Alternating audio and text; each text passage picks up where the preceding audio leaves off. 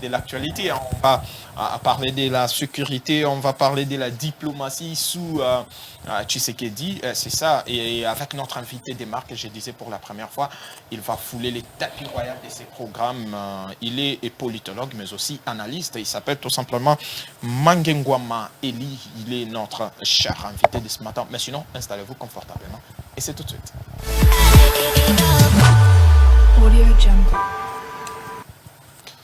Monsieur Mangengwama Eli, politologue, analyste politique, vous êtes les bienvenus chez nous, chez vous d'ailleurs. Venez fouler pour la première fois les tapis royaux de la Grande Z. Votre place est là. Sentez-vous à l'aise. Votre micro est là. Sentez-vous à l'aise. Chez nous, vous êtes chez vous. On va parler de la sécurité, on va parler de la diplomatie, on va parler de la ville-province de Kinshasa, on va parler de la RDC. C'est important pour nous parce que nous sommes Kinois, parce que nous sommes Congolais. Bonjour et bienvenue. Bonjour, merci. La santé physique et la santé intellectuelle. Oui, par grâce, nous allons bien et toujours au rythme du Congo. Ouais. La santé intellectuelle, oui, chaque jour nous lisons. Ouais. La lecture, c'est pour toute la vie. Nous faisons des efforts de nous enrichir encore plus et je crois que ça va se voir. Jonathan, tu me permets, la santé spirituelle aussi, ça va? Oui, la santé spirituelle, déjà, c'est bon parce que la grâce de Dieu est omniprésente et elle est toujours permanente sur nous et nous vivons par elle. Merci. Après la pluie vient le beau temps. Est-ce que c'est le cas aujourd'hui à Kinshasa? Est-ce qu'en Afrique, la pluie reste toujours une bénédiction? Bon, personnellement, je dis non. c'est relatif parce que c'est vraiment pas le cas pour tout le monde. Ouais. Hier, moi, excusez-moi. C'est pas grave. Je suis venu par une moto, mais j'ai connu beaucoup de dégâts, j'ai connu beaucoup de problèmes. Ouais. Et il fallait toujours venir par une moto parce que lorsque vous prenez d'autres moyens de transport, vous êtes bloqué avec les embouteillages, tout ça. Bon, la pluie, après la pluie, à Kinshasa, c'est pas le bon temps, c'est le mauvais temps. Je crois que le lundi, déjà, nous avons eu tous la réponse par rapport à cette question. Les dégâts causés par la pluie. Allez, ça va. On va commencer par, bien sûr, une question sécuritaire. Pour la première fois aujourd'hui, les États-Unis d'Amérique ont reconnu le soutien du Rwanda, justement, aux rebelles du M23. Est-ce qu'on peut dire ici clairement que la voix de Félix Tshisekedi commence à se faire entendre? Bon, je vais être un peu réservé par rapport à cette question. Ouais. Parce que apparemment, c'est comme si nous sommes en train de tourner au rond-point. Ouais. Pour moi, à mon avis, le meilleur appui des États-Unis serait de plaider en faveur de la RDC pour la levée de l'embargo qui pèse sur le Congo par rapport aux achats des armes. Ouais. Parce que l'agression qui est là demande aussi une attaque proportionnelle. Nous n'avons pas d'armes pour faire face à l'ennemi. Alors que les États-Unis qui disent soutenir la RDC font partie des États qui siègent, qui sont des États de membres permanents du Conseil de sécurité. Ouais. Moi, je pense que c'est un jeu de ping-pong. C'est comme un sorcier qui, la nuit, jette les sorts dans la communauté. C'est de la poudre aux yeux. Et la journée, il se montre un guérisseur. Ouais. La nuit, vous jetez les sorts et le jour, vous venez comme vous êtes un guérisseur. Je crois que c'est ça le jeu que les États-Unis sont en train de jouer. Mais on peut quand même dire que c'est quand même une avancée significative aujourd'hui. Bon, en fait, une avancée ou en quelque sorte, oui, mais on doit voir, ça doit faire succéder des actions. Ouais. C'est-à-dire que voir les États-Unis plaider pour que la RDC fasse réellement face à l'ennemi. Dire c'est bien, mais qu'est-ce qui va arriver après et leur dire? C'est ça le problème. C'est ça le problème. On insiste sur le soutien de la MONUSCO, mais soyons sérieux. Qu'est-ce que la MONUSCO a déjà fait? Qu'est-ce que la MONUSCO a déjà résolu en ce qui concerne la question de l'Est? Et les États-Unis s'appuient sur le soutien de la MONUSCO. C'est-à-dire que si les États-Unis viendraient en appui à la RDC, ça va passer par la MONUSCO, qui est déjà aujourd'hui un sujet de moquerie. On ne veut pas d'elle. Moi, je pense que c'est un sorcier qui, la nuit, jette un sort et les jours, il se montre en guérisseur. Donc, pour vous, ça ne change rien. Le fait de reconnaître, le fait de dire ça clairement tout haut. Déjà, je dis, c'est à peu près une avancée en termes déjà reconnaître, c'est une bonne chose. Mais il faut que les États-Unis se montrent vraiment un soutien pour la RDC, visiblement. Selon vous, bon, les États-Unis devraient faire quoi concrètement? Je l'ai dit tantôt ici que les États-Unis devraient plaider en faveur de la RDC pour que la RDC achète des armes, que l'embargo qui pèse sur nous soit levé et que nous possédions des armes proportionnelles à celles de l'ennemi. Et c'est comme ça que nous allons attaquer. Mais lorsque les armes achetées sont mal gérées ici en RDC, déjà on achète les armes aujourd'hui et demain on retrouve les mêmes armes chez les rebelles ou chez les ennemis. Pensez-vous que les États-Unis auront justement ce courage de lever cet embargo? Ça, c'est un autre point de vue. Ça, c'est une autre question du fonctionnement de l'État en interne. Mais je parle d'abord des États-Unis qui disent soutenir la RDC. C'est-à-dire que si en interne nous gérons mal les armes, ça c'est un autre problème, c'est un problème qui nous concerne. Mais déjà à ce niveau, il faut que les États-Unis nous disent clairement ce qu'ils veulent. Et son soutien là, c'est à quel niveau? Ce n'est pas dans les discours, ce n'est pas dans les recommandations, puisque ça a été toujours. Et ça n'a jamais aidé à la RDC à avancer. S'il te plaît, Jonathan. Oui. Je voudrais poser ma question à messieurs. Aujourd'hui, on remarque le président faire de voyages, de multiples de voyages. Alors, on peut espérer de quelque chose de meilleur par rapport à ces voyages?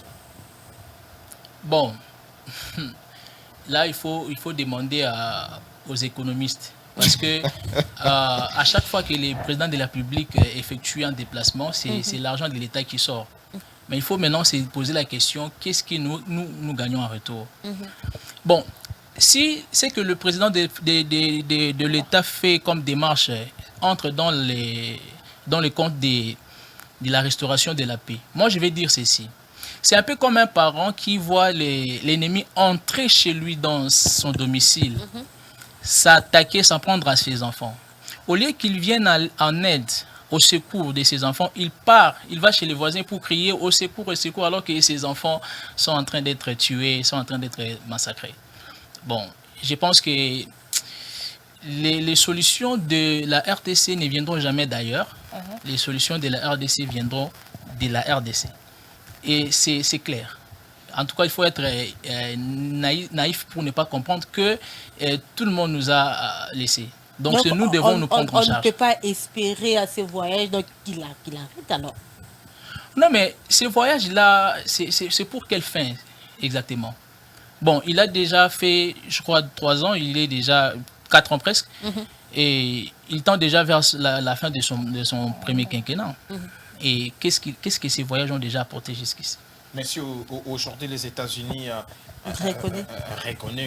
reconnaissent d'ailleurs, mais c'est grâce à ça aussi, c'est grâce à sa diplomatie, c'est grâce à ses multiples voyages. Moi, je pense que c'est plutôt une question de stratégie, de puissance. En tout cas, ces gens sont très forts en stratégie et ils cherchent comment vous distraire, tout simplement. Les États-Unis, plutôt le Rwanda... Vous qualifiez cela de la distraction? Mais c'est une diversion pure et simple. En tout cas, à mon avis, je pense que aller commander des soutiens ici et là, c'est bien bon, mais il faut savoir auprès de qui on demande ces soutiens-là. Auprès de qui on demande ces soutiens-là. Vous avez un enfant qui est malade, vous partez chercher des médicaments chez un sourcier ou chez un féticheur, mais c'est exposer son enfant. Jonathan, je ne sais pas, je vais intervenir avant Magali. Juste une petite question. Aujourd'hui, nous avons la Russie,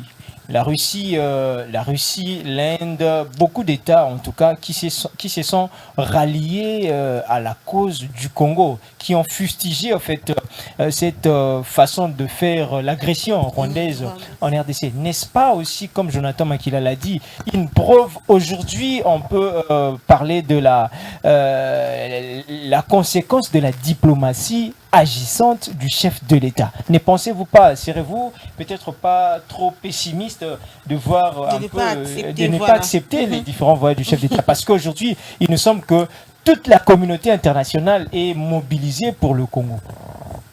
Toute la communauté internationale mobilisée pour le Congo, je l'attends chez vous. Si l'Inde le dit, si la Russie a fustigé, en fait, si autant de pays qui siègent aussi dans le Conseil de sécurité, Mais moi je ne sais n'est-ce pas ça les retombées quand même de ces multiples voyages que parlait Magali tout à l'heure. Je ne cesse de les dire ici que les voyages, la diplomatie agissante, oui, c'est une bonne chose. Il faut toujours aller chercher des appuis, il faut toujours collaborer avec les États parce que un État ne peut pas vivre comme un électron libre. On ne peut pas vivre comme ça en vase close, non. Il faut toujours chercher des partenariats.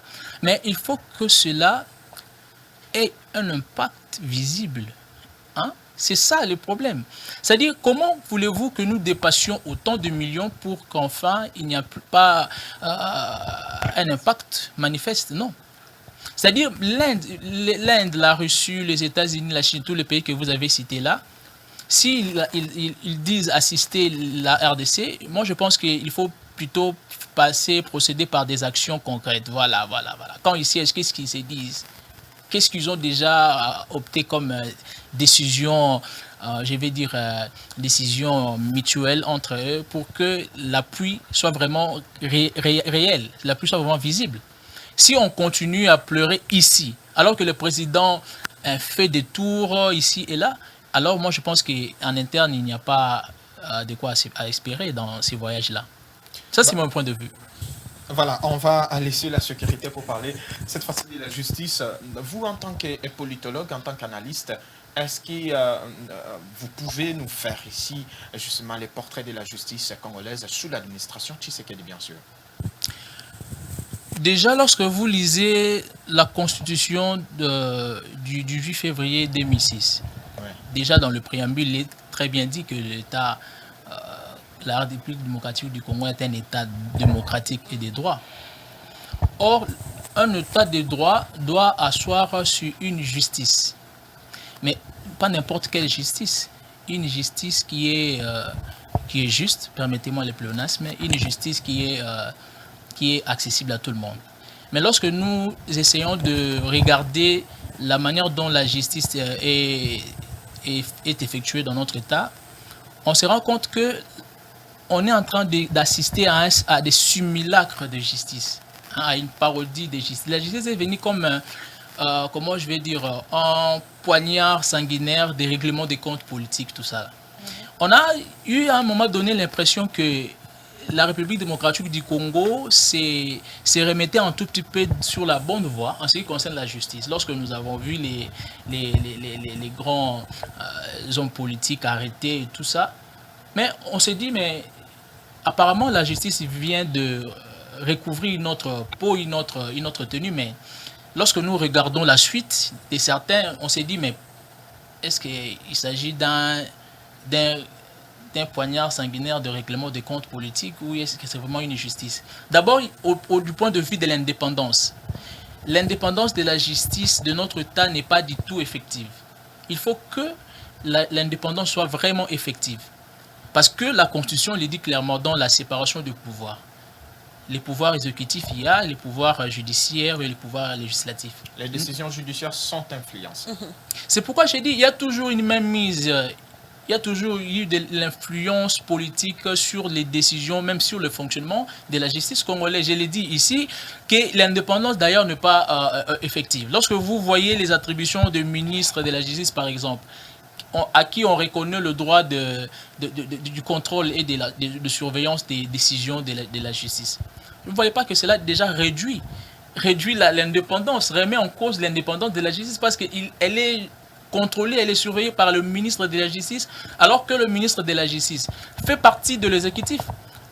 L'exécutif et les judiciaires sont deux pouvoirs distincts. À part cela, je vais ajouter un point. À part cela, il y a aussi un problème de l'accès à cette justice-là. Tout le monde n'a pas accès de manière équitable à la justice. Ceux qui occupent le premier rang, hein, les personnes du premier rang, de la première classe, ceux qui occupent des fonctions dirigeantes ont un accès aussi particulier. Et ceux qui n'ont pas des fonctions ou les petits peuples, comme on a toujours tendance de les dire. Donc une justice sélective. C'est une justice sélective, bien sûr. Une justice qui n'aspire pas confiance.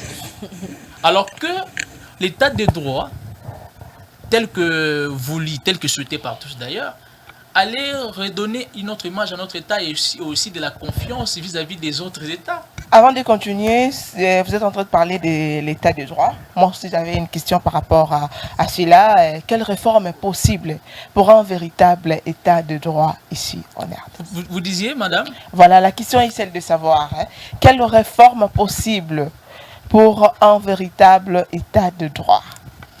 Vous parlez de réforme, oui, bien sûr, merci pour la question. Je l'ai dit ici, il faut qu'on rende d'abord effective l'indépendance de la justice. Il faut qu'on enlève la surveillance, le droit de la surveillance, le droit du contrôle des ministères de la justice sur le pouvoir judiciaire. Parce que à chaque fois que les questions ou les affaires dont le pouvoir judiciaire est saisi concernent les politiques passeront tout simplement par le ministère de la Justice qui est dirigé par un politique. Et ça va toujours influencer. Je crois qu'à ce niveau-là, il faut qu'il y ait un changement, il faut une révision de cet article. Je crois que les juristes seront bien disposés pour répondre à ces questions. Mais à mon niveau, je pense qu'il faut d'abord revoir cet article-là. Vous répondez en tant qu'analyste politique. Bien sûr, je dis, il faut qu'il y ait une indépendance effective de la justice. Il faut qu'il y ait la lutte de l'impunité. Vous savez, lorsqu'un juge n'est pas vraiment... D'abord, la sécurité du juge aussi. Est-ce que vraiment un juge est sécurisé ici dans notre pays? Un juge qui rend des jugements, qui est devant un bandit, par exemple, qui l'a condamné et qui le voit réapparaître la nuit chez lui pour lui dire que non, tu m'as condamné à une peine de temps de durée et moi je te condamne à mort. Il le tue. Il faut qu'il y ait la sécurité du juge. Et il sera libre, il sera aussi indépendant lorsqu'il rend ses jugements.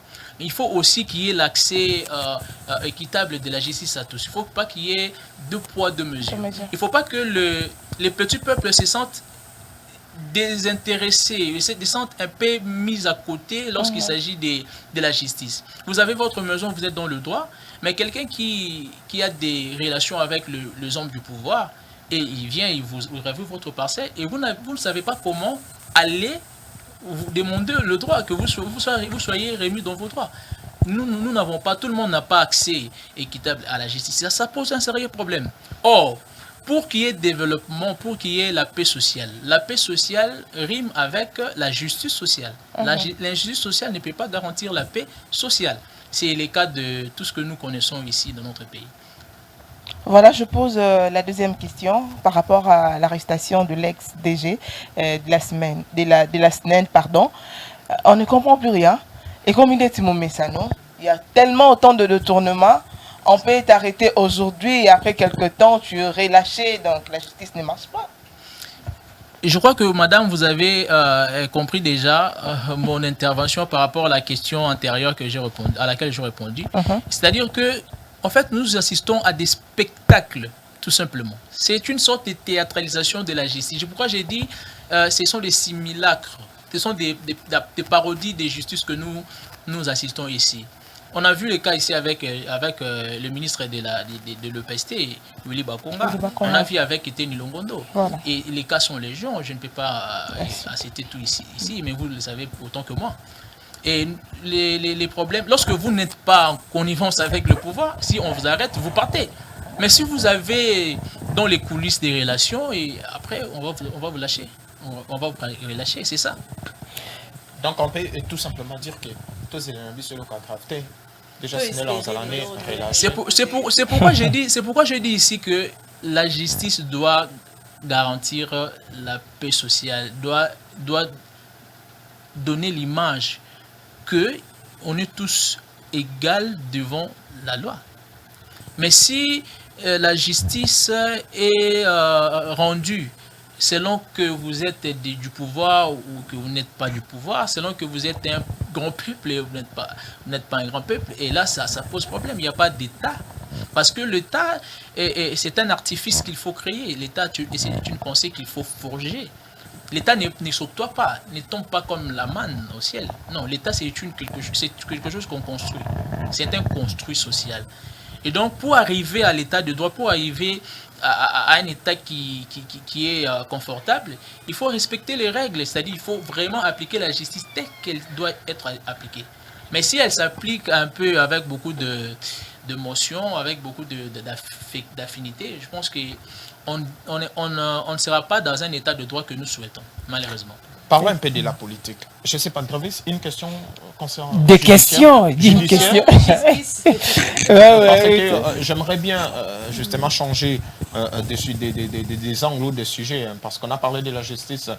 J'aimerais bien aborder cette fois-ci des questions politiques. Justement, je suis aussi dans cet même ordre. Voilà, je pensais que vous avez encore une Non, question. pas du tout, pas la justice, ça a été déjà bien abordé, et puis l'intervention aussi. En fait, moi je voulais parler, comme je ne sais pas si tu vas permettre, une question, c'est politique et élection.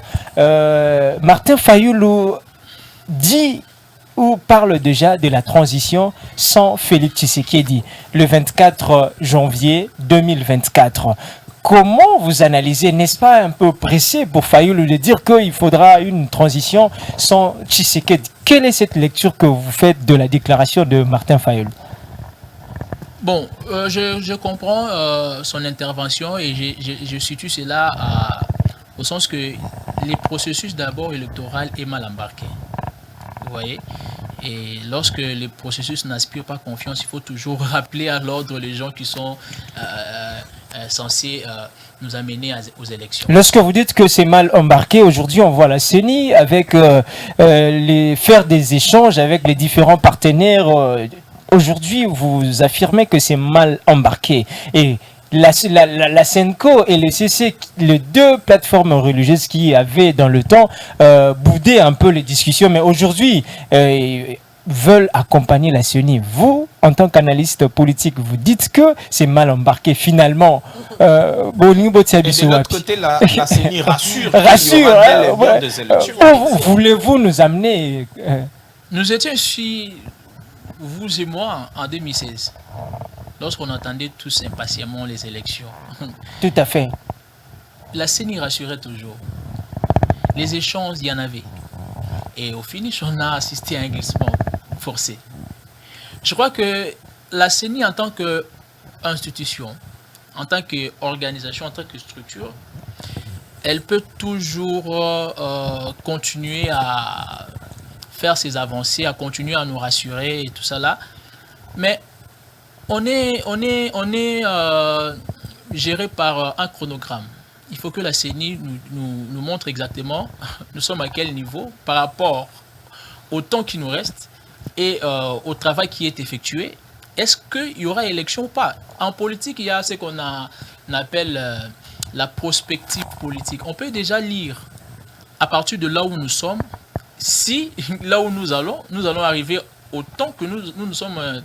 comment je vais dire dans le bon, voilà. Bien, tout ça. Voilà, donc déjà lorsque nous regardons toutes les manœuvres entre le président de la CENI, les ministres des Finances, on se pose des questions. Il y a de quoi à s'interroger là-dessus. Le ministre des Finances joue quel jeu? Bon, la CENI est là, elle dit qu'elle n'a pas de moyens pour avancer. Les ministres est là, il dit qu'il a tantôt déjà financé plus de 4 millions. Et le président de la CENI ne reconnaît pas avoir reçu tout cet argent. On s'est dit, mais ils jouent à quel jeu tous les deux? Donc, qui dit vrai, Martin Fayulu a raison. Comment vous donnez raison à Fayulu? Le processus est mal embarqué. C'est-à-dire que déjà au niveau du fonctionnement de la CENI, il s'est posé un sérieux problème. Je ne vais pas rentrer dans les débats antérieurs lors de celui de l'élection du président, mais c'est déjà fait, nous sommes passés déjà par là. Mais lorsque nous regardons le processus tel qu'il se déroule, il y a de quoi s'inquiéter, on s'inquiète, on est inquiété. Donc vous êtes d'avis à ceux qui pensent qu'il faudrait un dialogue? Non. Il ne faudrait pas que nous puissions voir les choses de cette façon-là, parce que l'élection, on a parlé ici de l'état de droit, de la justice. L'élection est parmi des éléments sur lesquels repose un état de droit. L'organisation des élections à échéance régulière. Mais lorsqu'on travaille pour permettez, lorsqu'il y a organisation des élections à échéance régulière, ça veut dire que C'est comme une femme qui voit et permettez-moi, ses règles tout le jour. Ça veut dire qu'elle se sent en forme, tout ça. Vous voyez? C'est-à-dire, lorsque un état de droit, dans un état de droit, il n'y a pas d'organisation régulière des élections, ça veut dire que ça pose un problème dans cet état qui se veut de droit. C'est-à-dire, l'organisation des élections est une question d'obligation. Là, je reviens lorsque nous avons écouté les ministres, le porte-parole du gouvernement, les ministres des médias et des communications, monsieur Patrick Moyaya, dire que c'est une question de conviction, c'est faux. C'est là, vous voyez ce sont des indices qui montrent qu'il n'y a pas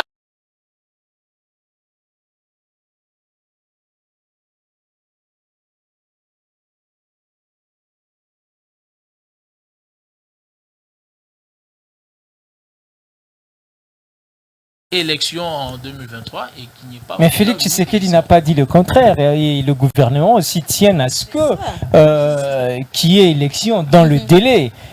C'est pourquoi j'ai dit, lorsque nous écoutons les discours des politiques et la réalité sur terrain, il y a une fossé. Il y a une fossé. Il n'y a pas photo. Il faut que le discours s'accompagne des actions. N'oubliez pas que les réalités là ne sont pas de vérité. Exactement. Lorsque nous regardons ce qui se passe sur terrain et les discours, nous disons, mais ces gens disent le contraire de ce que nous voyons. Jusqu'à ce niveau, il n'y a pas de calendrier. Mais comment on va se rendre compte effectivement que la CENI est en train de progresser de la bonne manière à partir du moment où il n'y a pas un chronogramme, il n'y a pas un calendrier qui, qui organise les événements, les activités électorales. En termes clairs, selon vous, quelle est la meilleure des solutions? Mais il faudrait que la CENI rassure l'opinion. Ce n'est pas par le discours, mais par les actions, les activités qui entrent en ligne de compte dans le processus électoral, bien évidemment. Et tant qu'il n'y aura pas d'activité aussi concrète du processus, on va toujours s'inquiéter. Ce n'est pas des consultations. Apparemment, le président de la CENI pense que organiser les élections, c'est aller voir des composantes. Non. Il faut voir des composantes est une option, mais il faut qu'il y ait de l'avancée en termes d'opération. Et la CENI est bloquée parce qu'il n'y a pas de financement. Mais qui ne finance pas? C'est le gouvernement. Et qui dit que l'élection va être organisée? C'est le gouvernement. Mais c'est un contraste. En tant que politique, je ne sais pas, une dernière de ma part, une dernière en fait. Voyez-vous Félix Tshisekedi faire un deuxième mandat? Bon, faire un deuxième mandat, c'est-à-dire... il est candidat. Justement, lorsque je dis faire gagner les élections, avec tout ce que nous voyons sur terrain, avec tout le mariage qui se profile déjà, bien qui se font déjà, vous pensez que Félix Tshisekedi a de la chance de gagner à lui seul, sans pour autant compter sur un allié politique, les élections de 2023? La première ministre de l'Angleterre, je crois, qui venait de... Oui, d'être démissionnaire. Oui. Elle avait avancé quoi comme raison? Elle a dit parce qu'elle ne se voyait pas en mesure de répondre aux attentes pour lesquelles elle a été élue. Et elle a déposé. C'est d'ici le président de la République gagnerait. C'est un conseil. Non, c'est pas un conseil. C'est pas un conseil. Je suis en train de donner mon point de vue. Oui. Et si le président de la République gagnerait les élections au niveau présidentiel en 2023, je crois que le peuple, les citoyens qui votent, vont regarder les discours du chef de l'État lors de sa campagne électorale. Il a promis la paix à l'Est. On va vérifier. Allemagne d'Afrique. Il a promis l'Allemagne d'Afrique. Il a promis un budget de 80 milliards de dollars. Mais déjà, en un quinquennat, vous avez à peu près 11, je crois. Mais si on lui donnait même 5 ans encore, s'il doublait ou triplait, imaginez. Voilà, c'est-à-dire qu'on va le juger par ses promesses. Si même 50% de ces promesses ont été réalisées. Si ce n'est pas le cas, je crois que vous n'avez pas la moyenne. En dehors de Félix, selon vous, vous êtes naffé. Vous êtes naffé. Si vous n'avez pas la moyenne à l'université, vous êtes naffé. En dehors de Félix, selon vos analyses, qui justement se pointe également comme un candidat potentiel ou président potentiel? Je ne suis pas prophète. Je ne suis pas prophète politique, mais on doit d'abord attendre 2023. On doit attendre 2023. Il se peut que quelqu'un tombe du ciel. Voilà. Allez, on vous dit merci, cher invité. En 30 secondes, avez-vous encore quelque chose à dire à tous ces téléspectateurs qui nous regardent en ce moment? Oui, bon, moi je pense que d'abord je vous remercie pour votre invitation et j'ai aimé la qualité du débat. Faisons confiance à notre État. Déjà, nous sommes dans un état de guerre et moi, mon point de vue, c'est-à-dire, c'est que moi je pense par rapport d'abord à l'agression rwandaise. Il est aujourd'hui, permettez-moi, clair que l'ennemi est là, l'ennemi est connu. Les Nations Unies, les États-Unis ont confirmé que c'est bien le Rwanda. En fait, ce n'est plus une guerre asymétrique. L'ennemi est connu, il est là. Pourquoi nous attaquons au M23? M23 n'est qu'une diversion. C'est-à-dire c'était juste une distraction du Rwanda. Et dans l'entretemps, le Rwanda est en train de piller nos ressources. Le Rwanda est calme. Le Rwanda vit normalement. C'est-à-dire que même si, du point de vue de bataille, nous avançons, avec les FRDC, nous gagnons, nous voulons récupérer Bunagana, mais du point de vue économique, c'est nous qui perdons. Parce que ces espaces-là ne vont pas connaître un développement économique et ne vont pas se développer en termes d'aménagement du territoire. Mais dans l'autre temps, le Rwanda est là. C'est-à-dire nous devons aller jusqu'au Rwanda. C'est-à-dire faire la guerre avec le Rwanda, non pas avec le 1-23. Parce que même si nous gagnons aujourd'hui, nous récupérons Bunagana et que les mêmes 23 s'y voient neutralisés, après il y aura encore une résurgence des M23 par le Rwanda. Donc il faut aller attaquer le Rwanda. Il faut que la population congolaise de cette partie vive et que la population rwandaise le vive également. Je crois que c'est ça. Il ne faut pas aller par quatre chemins, il faut attaquer le Rwanda.